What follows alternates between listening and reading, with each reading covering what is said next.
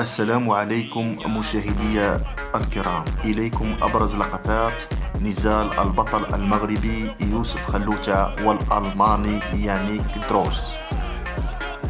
دخل البطل المغربي النزال بقوة وسدد لكمات قوية على مستوى الوجه والجسد أدت إلى سقوط الألماني دروز أكثر من مرة.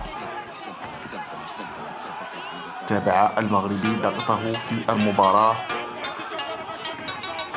وتلقى الألماني وابلا من اللكمات. هذه السقطة الثانية في النزال. المغربي يضغط، يسدد لكمات قوية، وهذه هي اللكمة التي أدت إلى إنهاء النزال في الجولة الأولى.